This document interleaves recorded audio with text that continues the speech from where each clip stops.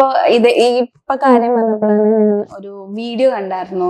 ഇതേപോലെ ഒരു സിറ്റുവേഷനിൽ എന്തോ പ്രൊവോക്ക് ചെയ്തപ്പോ എനിക്കും ഉള്ളത് തന്നെയാണ്, എല്ലാവർക്കും ഉള്ളതാണ് എനിക്കും എന്നിട്ടുള്ള രീതിയിലൊരു വീഡിയോ കണ്ടായിരുന്നു. എനിക്ക് ഇത്തിരി വണ്ണം കൂടി, കാരണം എന്റെ ഹെൽത്ത് ഇഷ്യൂസ് എനിക്കല്ലേ. ഇപ്പൊ ഞാൻ പറയട്ടെ, ഒരു പെണ്ണിന്റെ അവയവം വലുതാവണത് അവരുടെ ഹോർമോൺ ചേഞ്ചും ഒക്കെ ഒരുപാട് പേർക്കുണ്ട്. ഞാൻ എന്താ പറയുക, ഒരു നാടിന് വേണ്ടി ഫോർട്ട് കൊച്ചി കൾച്ചർ വിട്ട് ആ നാടിന്റെ കൾച്ചർ സ്വീകരിച്ച ആളാ. നമ്മുടെ നാട്ടിൽ തന്നെ പല കൾച്ചർ ഉണ്ടെന്നേ, കൾച്ചർ ഫോട്ടോ. ഞാൻ പറയട്ടെ, ഇത് തന്നെ വിദേശികളോട് തന്നെ ഉണ്ട്. അവരെ നിങ്ങള് ആരെങ്കിലും തുന്നുപിടിപ്പിക്കാനൊന്നും ചെല്ലാൻ പറ്റുമോ? പറ്റില്ല. ഇതേ വ്യക്തികൾ തന്നെ വേറെ ഏതെങ്കിലും നാട്ടിൽ പോയാൽ അവർക്ക് ജീവിക്കാൻ പറ്റുമോ? അവരുടെ ഉള്ളിൽ ഇതൊക്കെ തന്നെ ആയിരിക്കില്ലേ. പിന്നെ ഇതേ വ്യക്തികളുടെ പ്രൊഫൈൽ നോക്കിക്കഴിഞ്ഞാൽ അത് ഭയങ്കര മോശമുള്ള കാര്യങ്ങൾ തന്നെയാ. ഒന്ന് പറയട്ടെ, സ്വന്തം ഇപ്പൊ ഇവർക്കൊക്കെ വേണ്ട ഒരു പബ്ലിസിറ്റിയാ.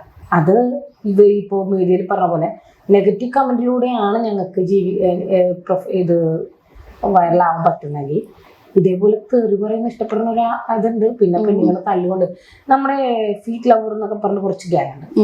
അവർക്ക് എന്താ ആവശ്യം?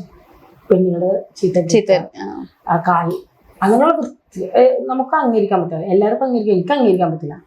ഞാനൊരു 3-4 പേര് ഉപദേശിച്ചിട്ടുണ്ട്, മക്കളെ പഠിക്കും, ഇങ്ങനെ ഒരാണായിട്ട് ജീവിക്കുക, അല്ലാണ്ട് ഈ പട്ടി പോലൊക്കെ ബെൽത്തിട്ട് കിടക്കുക. എനിക്ക് ദൈവത്താണ് എനിക്കത് താല്പര്യമില്ല. കാരണം ഞാൻ പെണ്ണാണ് ശരിക്കുള്ളത്. എനിക്ക് ആണിനെ ബഹുമാനിച്ച് ഈക്വാലിറ്റി അല്ല, മര്യാദ തരുന്നൊരു പുരുഷനെ വേണ്ട. അല്ലാണ്ട് എന്റെ കാലിനടിയിൽ കിടന്നോളാം, അതായത് ആൺമത്തം കൂടുതലുള്ളതിന്റെ പേരിൽ അങ്ങനെയൊക്കെ എനിക്ക് അങ്ങനെയൊന്നും ഇല്ല. എനിക്കെല്ലാം പെർഫെക്റ്റ് ആയിട്ട് ഇരിക്കണം എന്ന നിർബന്ധമൊന്നുമില്ല. ഞാൻ പെർഫെക്റ്റ് അല്ല. അപ്പോ എന്റെ ശരീരം ഇങ്ങനെ ഇരിക്കണം. എന്താ പറയാ, എനിക്ക് അതിൻ്റെതായിട്ടുള്ള ബുദ്ധിമുട്ടുകളുണ്ട്, സ്കിന്നിനുണ്ട് പ്രശ്നം.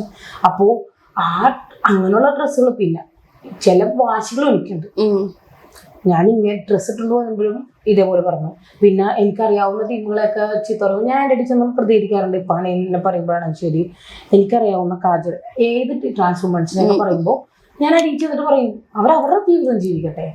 എത്ര സിനിമകളിലൂടെ കാണിച്ചു തരുന്നു, നിങ്ങൾ നിങ്ങളുടെ വ്യക്തിത്വം ജീവിക്കും, ഞാൻ എൻ്റെ വ്യക്തിത്വത്തിൽ ജീവിക്കും. ഞാനൊരാളുടെ വേഷത്തിലോ എന്താണ് ഇങ്ങനെ വേഷമുള്ള വേറെ ഞാൻ എന്തും വൃത്തിക്ക് നടക്കുന്നവർക്ക് വൃത്തിയുടെ എല്ലാം അവരുടെ ഇഷ്ടം.